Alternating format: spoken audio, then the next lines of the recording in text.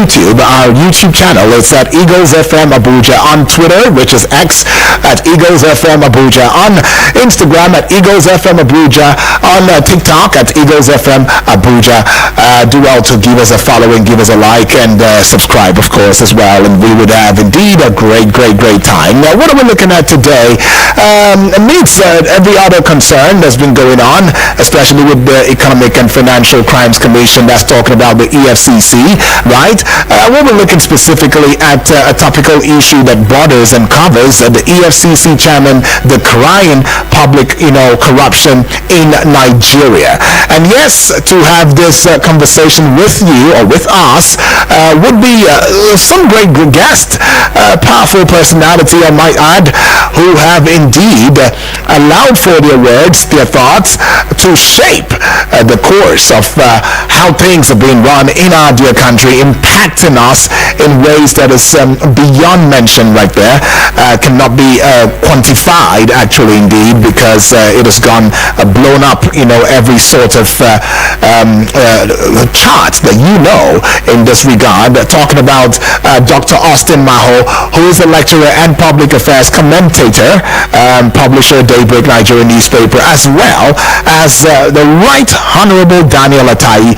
He's a social political activist and emancipator, is an ICT expert and a political pathfinder for the masses of Nigeria, right? And of course, we'll be having that discourse on that topical issue as I've reeled out initially. But in case you missed that one, it is on the EFCC chairman decrying public corruption in Nigeria.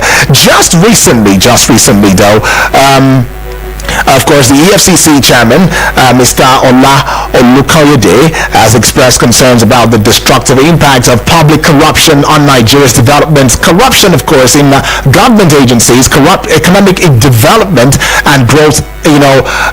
If EFCC's prevention mechanisms, collaboration between agencies, and systemic and entrenched corruption are critical concerns that need to be addressed. Now, despite efforts by the EFCC and other agencies, there is more that needs to be done to address the root causes of corruption and ensure effective prosecution.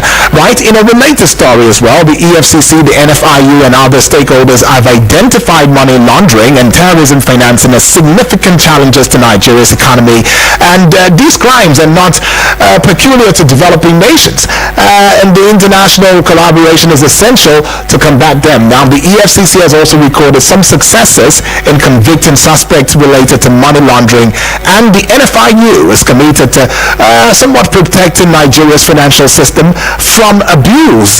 Well, let's talk about some things that the stakeholders have emphasized: the need for transparency and investigative or initiatives, new legislation, whistleblower protection, quite a number of things, journalism or investigative journalism to address some of these issues, right? So these and many more are, what we'll be looking at, in the course of the discourse. But the story also relates to the discourse on corruption in Nigeria, as money laundering and terrorism financing are often linked to corrupt practices. Now, the efforts of the EFCC, the NFIU, and even other stakeholders to combat these crimes are very crucial in addressing the broader issue of corruption in our dear country, Nigeria. Well, like I said, I've got my guest who is in the studio right there, in the person of Right Honorable, Daniel Atai. Right Honorable, you might want to get close to the microphone so that we can hear your voice. Welcome aboard to the discourse this morning. Thank you, Edward, for having me. Right. Good morning, audience. Right. Feels good to hear your voice again and see you again. I mean, there's been quite a lot going on in Benue State. One of our family members in the person of Honorable Edwards has decried, the issue, that's going on in Benue State, the burnings, the youth in that state have, as a result of the kidnappings and all of that, I don't know, maybe if you're giving your 2 cents to that, what would be your thoughts just very quickly before we jump into this? Honestly, I would rather advise our youth in Benue State to toe the path of the rule of law. Okay.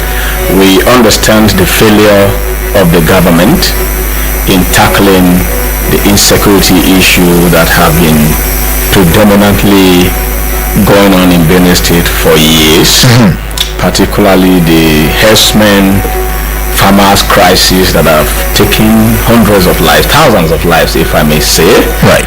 From 2016 to 2023, precisely, we've recorded over 4,000 lives lost to herders, farmers crisis. And it looks, or it seems like it has overwhelmed the conventional security outfits. Right. And that is what you see why the youth are protesting, but they took their protest wrongly by destroying public infrastructure and social amenities that are beneficial to us, and that is uncalled for. You have to, if you want to channel your anger, channel it within the ambit of the law.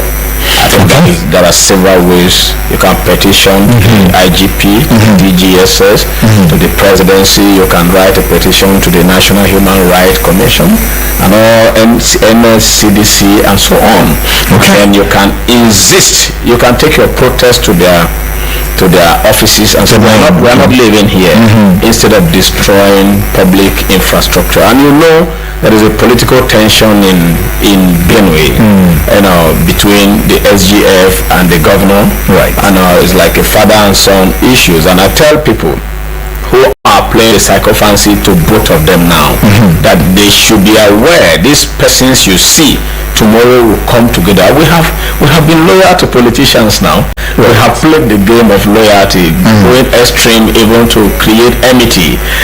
In the long run, they go on one table and dine.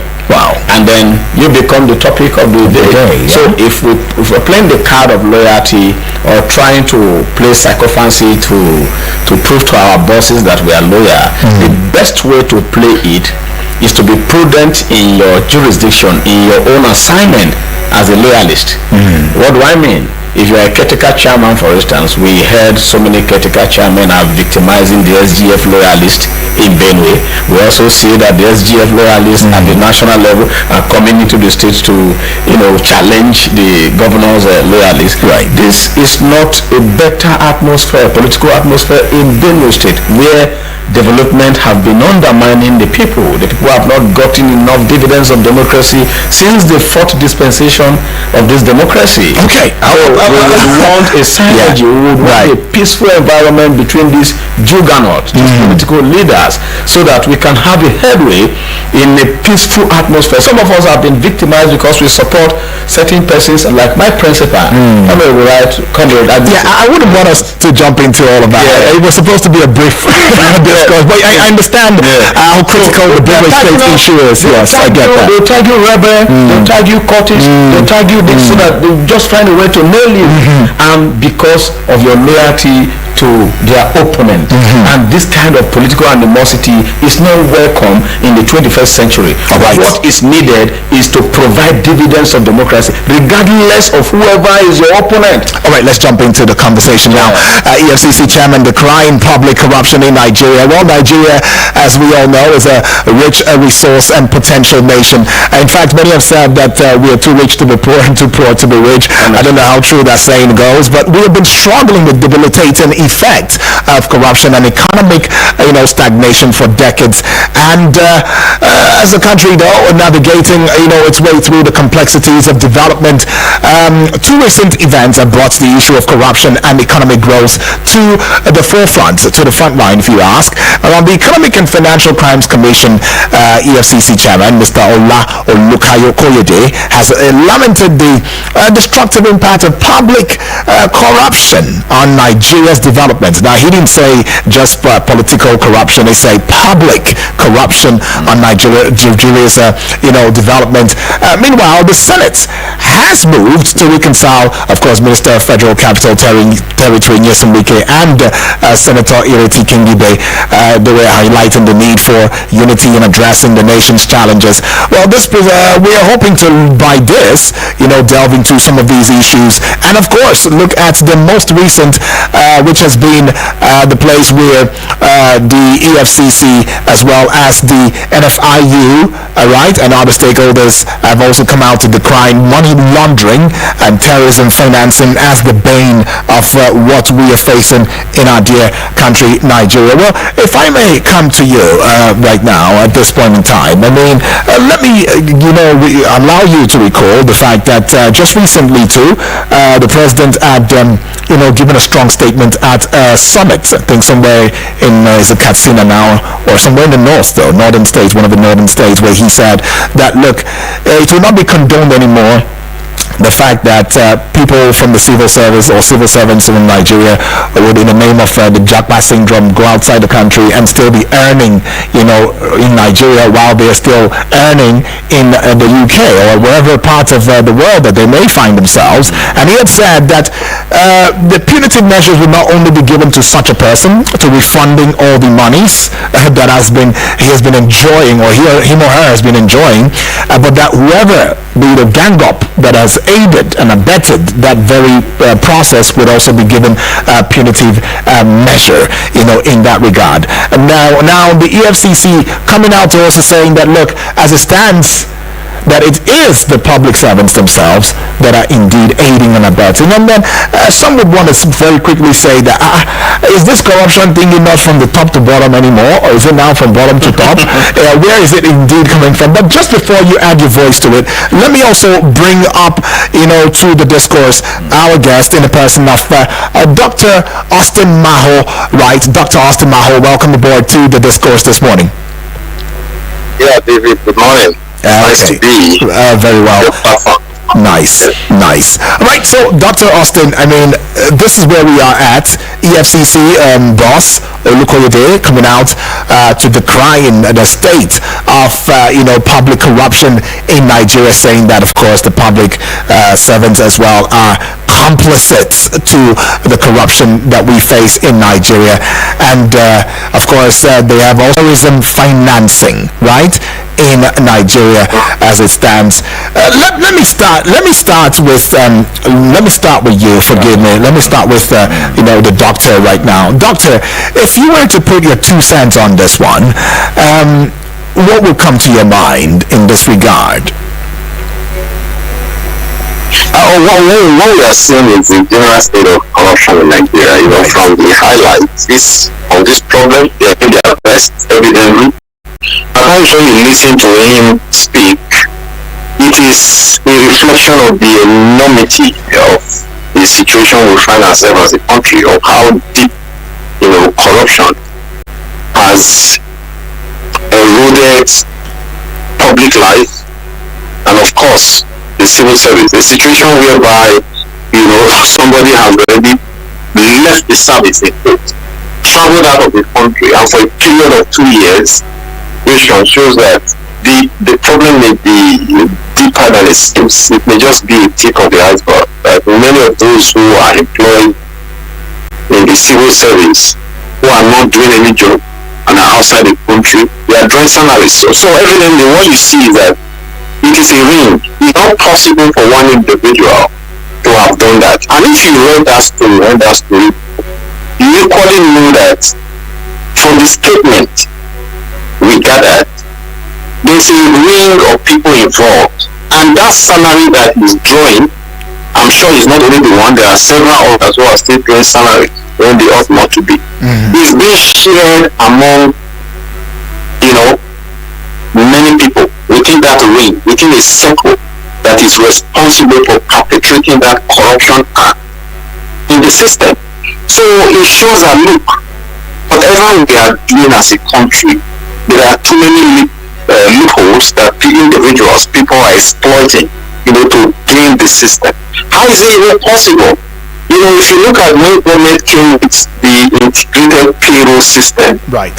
They gave us that's IPs now. They gave us the impression that it is foolproof, that you cannot. It's foolproof. It's meant to identify ghost workers, fish them out, make sure that government is able to save a lot of money that was going into the payment of those workers. And over time, we have found that those it is like at times when I hear stories like that, I always feel that it is not about the integrity of the system. It is about the people who have been entrusted to manage the system. If those managing the system, if they have integrity issue, morality problem, they are those that are compromising the system, conniving with corrupt elements to defraud the system. That is what we are witnessing. Right. So even when we are trying to, solve the problem of corruption by deploying technology, you find that it's not going to be enough until there is a total remolding of the way an average Nigerian thinks. That this country belongs to all of us. If we are destroying the country, we are destroying our own future. We are joining hands together to destroy what we ought to build. Right. That is what we are experiencing, because the human factor is very important in fighting this war against corruption.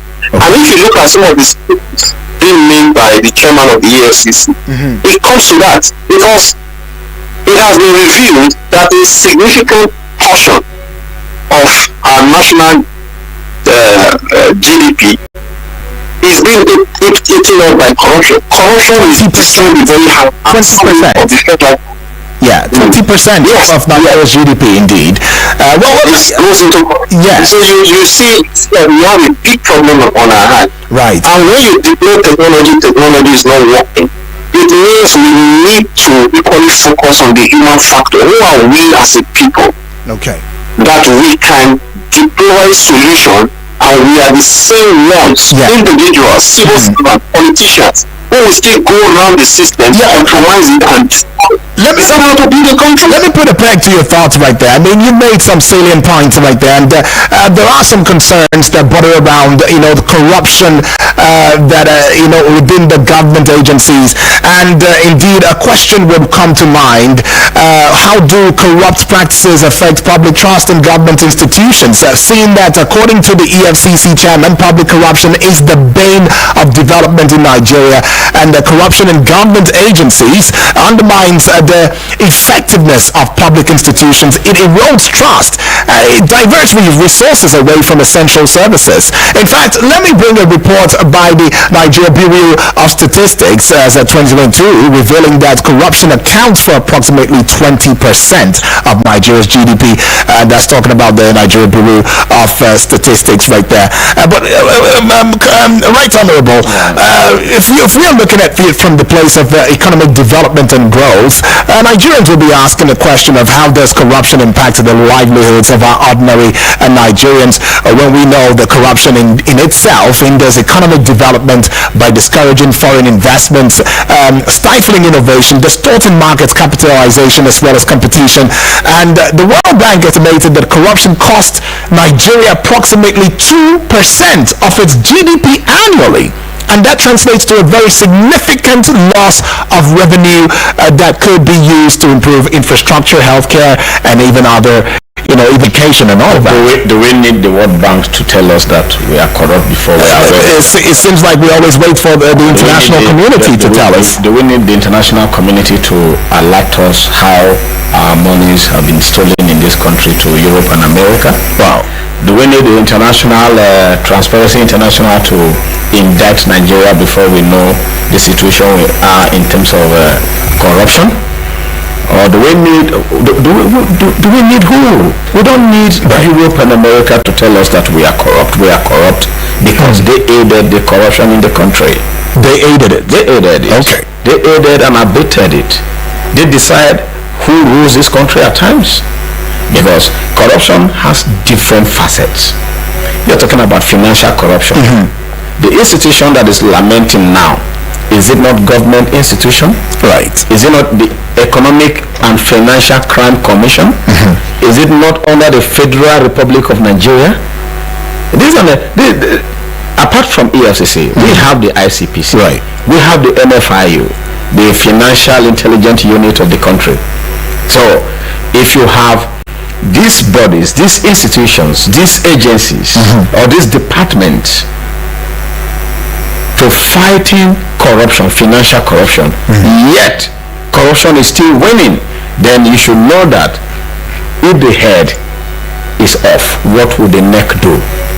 That's just the sine qua non. Because if you ask me, why should corruption tarry this long, 64 years after independence, and we are still battling with corruption? One, because the Constitution itself does not give us the headway on how to fight corruption, to nail it, to eradicate it. There are countries even in Africa that have made laws, strong, stringent laws in the Constitution. If you know that the corruption is winning, what do you do as a nation? What solution do you have? You go into the law. Number one, the Constitution. Then number two, those who interpret the Constitution, which is also an arm of government in a democracy. I'm talking about the judiciary. If I steal 200 billion or even 2 billion today, and I am caught by the EFCC, and the EFCC use their machineries, their telescope, their periscope to get me, their technology to get me, won't you say that the EFCC is even trying for discovering that something, finances have been stolen by me, and then they prosecute me to the court, and the court give me a leverage and say, look, we're charging you, we recover this, you pay a fine or be imprisoned for these years. Compare the fine to the years of the imprisonment and to the money stolen. You will discover that in this triangle you would want to pay the fine and go scot-free. Right. And that is what has been happening. Even in our political corruption, what do you have? Is the process of election genuine? I'm not trying to divert, but I'm talking about corruption generally. This is finance we are talking about. So if the financial stand and strength of the country, or the EFCC, which is an institution that is discovering and recovering finances in the country, could come out and alarm, it means that we are in a state of quagmire, of financial quagmire, and economic comatose.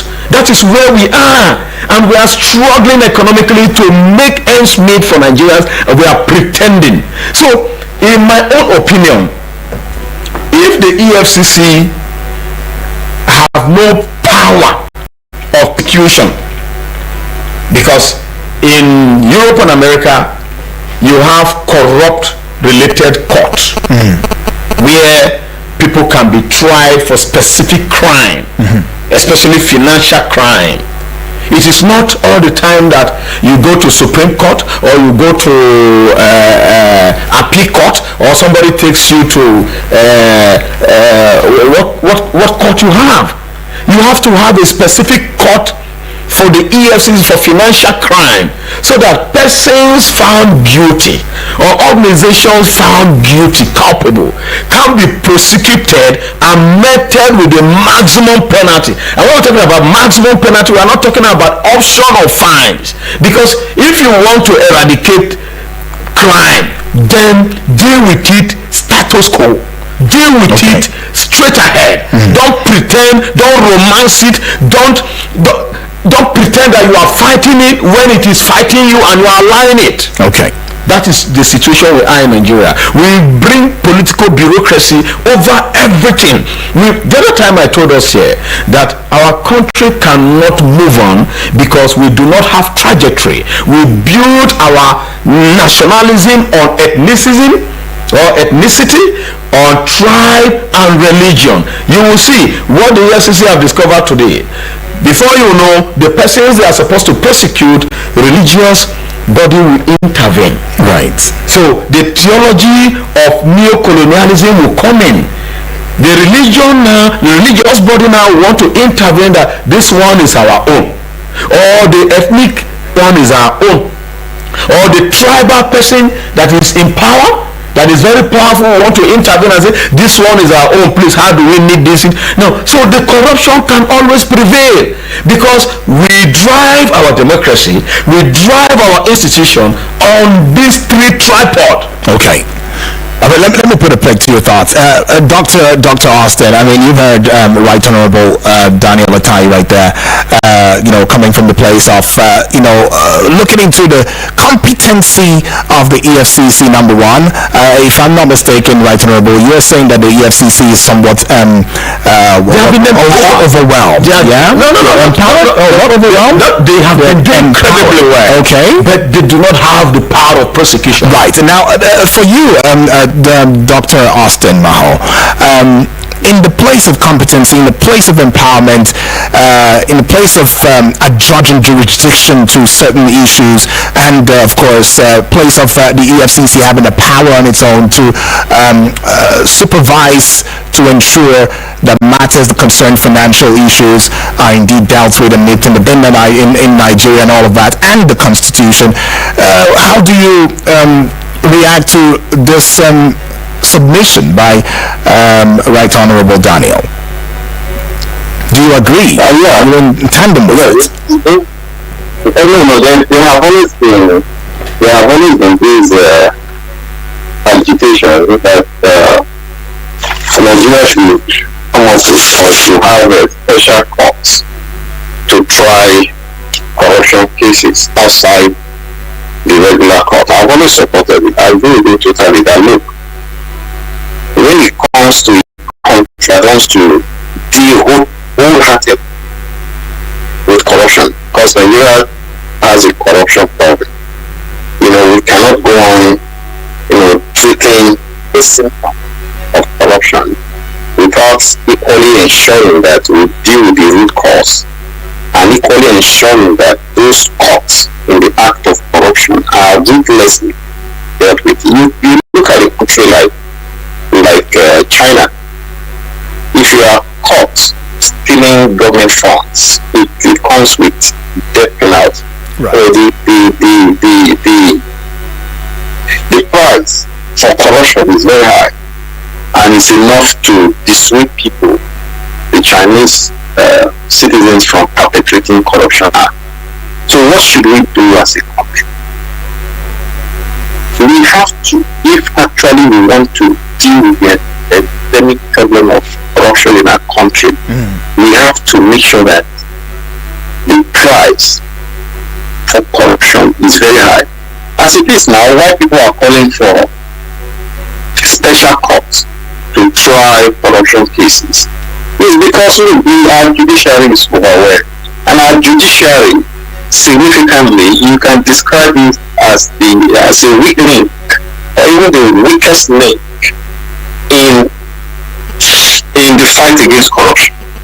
So I threw my weight behind that, because if you look at many of the corruption cases in courts, many of them have dragged on for years, and many people have put, those who have the base, they have put impediments on the way to escape justice.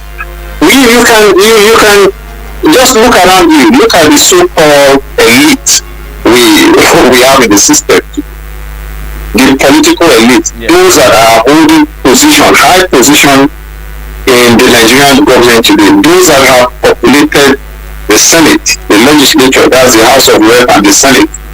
You are going to find out that a significant number of these people have one corruption case or the other hanging on their neck. But many of these cases have not been adjudicated upon to its logical conclusion. So the normal belief is that not until you are found guilty by a competent court of law, you remain innocent. Even if the case against you has been dragging on for 10 years, 15 years, and no conclusion. And because these guys have so much money, they are able to store the process. Okay. And delay this. So that is the problem of the fight against corruption. Okay. We as a country need to put measures in place to address, and it takes committed leadership to be able to do that. All right. So the question is, 1999 in this democratic dispensation today, have we had commitment from our leaders, our needs to say we want to fight corruption? All right. The answer is no. All right, Dr. Austin Maho, well, I'd like to put a peg to your thoughts too as well. Well, the discourse is still on. The EFCC boss has come out to decline the state of public corruption in Nigeria. Alongside the NFIU recently as well, they have come out to talking about the place of money laundering and corrupt practices as well. That is becoming a thing of a normal thing, becoming a way of financing, terrorism in Nigeria. That's what we're looking at. We'll put a peg now, and we'll get back. Let's just go pay a little tiny bill. We'll be right back in a short bit. Don't go away. Eagles 102.3 Abuja. My people, the thing really happens in my area, eh? Do you think I will now find out that you have contract to bring fresh girls? I brought you from the gutters. Who gave you all the connects? MBD who? Without me, you would have been nobody. But Join Media Collision Awareness to Halt Human Trafficking, MICA, on I Wish I Knew radio drama every Saturday at 10 a.m. Let us join hands and kick human trafficking out of our communities. I Wish I Knew radio drama. Brought to you by MICA in partnership with the National Agency for Prohibition of Trafficking in Persons, NATIP, and funded by the Embassy of Denmark in Nigeria. Eagles 102.3 Abuja.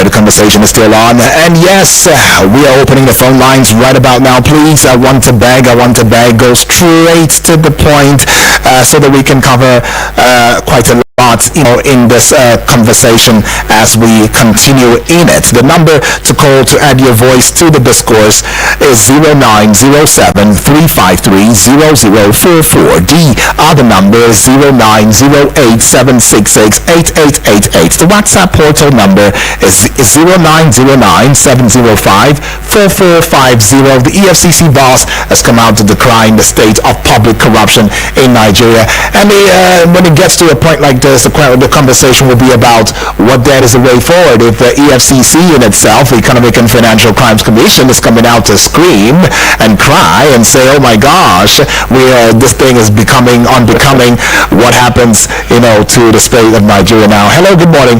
Yeah, good morning, Mr. Yes, good morning to you. Yeah, good morning to you.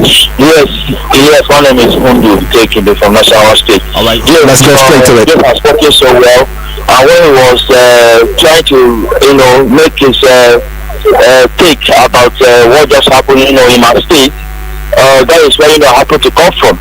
And one of the things the present governor met on ground was banditry and, kidnapping, in that houses. And among all the local governments in Benue State, those two local governments, Ukum and Katsina Ala, are the most notorious when it comes to banditry. They even went ahead to... Sorry to wade in at this point. That was more like an introduction. It's more not like that's not really what we're talking about indeed at this time, okay? It's just wanted to get his 2 cents on it. But we're talking about the EFCC's, coming out to decline the state of public corruption in Nigeria. That's what we're talking about mainly. Yeah. Okay. Yes. Your guests have spoken about the issue of corruption. Corruption is all about stealing money. When, for example, if INEC decided not to conduct proper election or declare the actual result, it is called corruption. When a man decides to go out, with his neighbor's wife, that is called corruption too. It's all about stealing money, and it's unfortunate that our, individuals here are more stronger than the institution. The president can determine who the EFCC prosecute or not. The president can decide that, okay, this person has a case with the EFCC, now what the case will die, and it will die. For example, we have a Senate president that have a case, but he will not hear anything. But perhaps, maybe if it's not in the public, probably by now, we will be in their net. Thank you so much for that one. Taking me right there, giving us 2 cents on the issue. We'll just get another call and get my guest to have their reaction to it. Hello, good morning. Hello, good morning. Yeah, Moses? That is Moses. All right, Moses, let's get into it very, very quickly. If possible, 1 minute, please. one of your guests has spoken well. If you really want to deal with corruption, this is the major epidemic facing the country. We should make sure that we create a certain body. I repeat, create a certain body in this system that will have no fear of favor. Okay. Not appointed by the government. It should be an independent, faithful body that will fight with corruption. If I appoint you to be the one to be fighting against corruption, will you fight me? It will not happen. Let them get a separate body. Copy from China, as the rightly said, the corruption was able to stop because there was a penalty for those, death penalty for those that fight corruption. In Nigeria, where are the law guiding people that stole our money or find in the person of corruption? Okay. So we are dealing with a matter that to get someone who will stand for it, it should be somebody with purity. All right, Moses, thank you. Appreciate Moses right there says get somebody who stands for it, get another body. Right Honorable Tai, I need to hear your thoughts, your reactions, and of course covering every other aspect as it comes to your mind in this regard. You see, Udwak, you can see the reaction of the callers. You see, the citizens are actually tired of verbal and oral promises in the fight against corruption. How many presidents so far have come and gone? All of them promised to tackle corruption. How do you tackle this corruption that is endemic already? You cannot tackle something that is flowing through your blood and through your veins, even all over your body part, internally and externally. Nigeria has been adjudged by the international community, by the African community, as one of the worst corrupt nations in the world. And sadly, we're actually not doing it. We deliberately allowed it to filter. What do I mean? Simple electronic machinations, just like we did in programming. I'm a systems engineer, and I can tell you that I can end corruption in this country, and any expert, any ICT expert can boast of that. Is it not institutional corruption? How did we come about TSA? Is TSA not working now? TSA is working. The Treasury single account. Is BVN not working now? BVN is working. It's linked to a bank account, isn't it? How did the EFCC trace money laundering and so on? It is by the aid of electronics. You get me? If you, even the political corruption that we are talking about in terms of election, it is because we deliberately want to be analogous. If we want to be digital in our voting system, there won't be rigging. Just the way it is, you are seeing in US they have started their election for long, isn't it? Electronically. And you are saying it, you can't be rigged out. But we have this money in billions that we are sending laundering abroad. Technically, it is the Constitution and the federal government that deliberately allow corruption to fester on in the country, because they can stop it by the aid of electronics. It's all about programming. How do you know the number of citizens you have in this country? Is it not a population census? Do we even have the data yet? We don't have the accurate data because they deliberately don't want to, because of ethnic rivalry in terms of who is high, the North believes that they are the most populous in the region, in the country. The Southwest will tell you they are the ones. So how do we get to know our actual population? Is it not through systematic counting per head, not area geographical counting? I'm talking about just the way we have BVN, individual have their personal account, it's linked to you. Let there be data harmonization through driver's license, national identification number, through a bank verification number, and or through immigration passport. All those things should be harmonized into one ID card. And that ID card, you can use it as your bank ATM, you can use it to do anything, you can use it, to vote. That is what is called data analysis in terms of citizens data accountability. Both for fraud, you can be identified. Both for voting, you can be identified.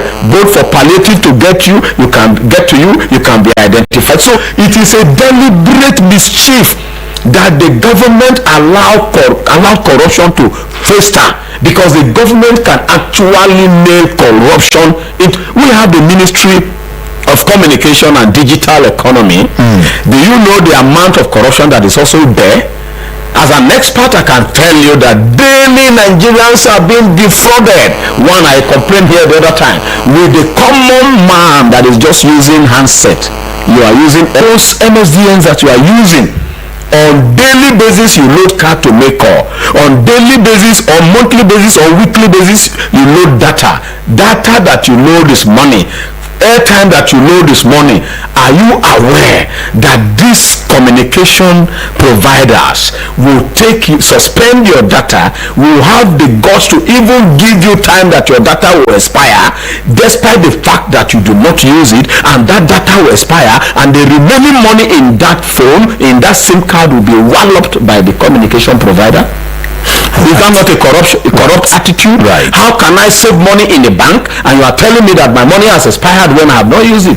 The same thing goes to digital television outfit. Okay. Like the DSTV, like the Star Time, like the whatever you have, NiceSat and whatever SAT digital television that you have. You subscribe, and they tell you that your subscription has expired. How many times do you even have time to watch your DSTV? How many times has the power been there for citizens to even enjoy light, to be at their home or their offices to watch, and then the next thing they tell you, it has expired, you have to subscribe another 1 month. Is that not criminality? And the federal government allowed it. The National Assembly deliberately allowed it, because you see these persons will go and give them 1 year, 2 years free on full compact they watch.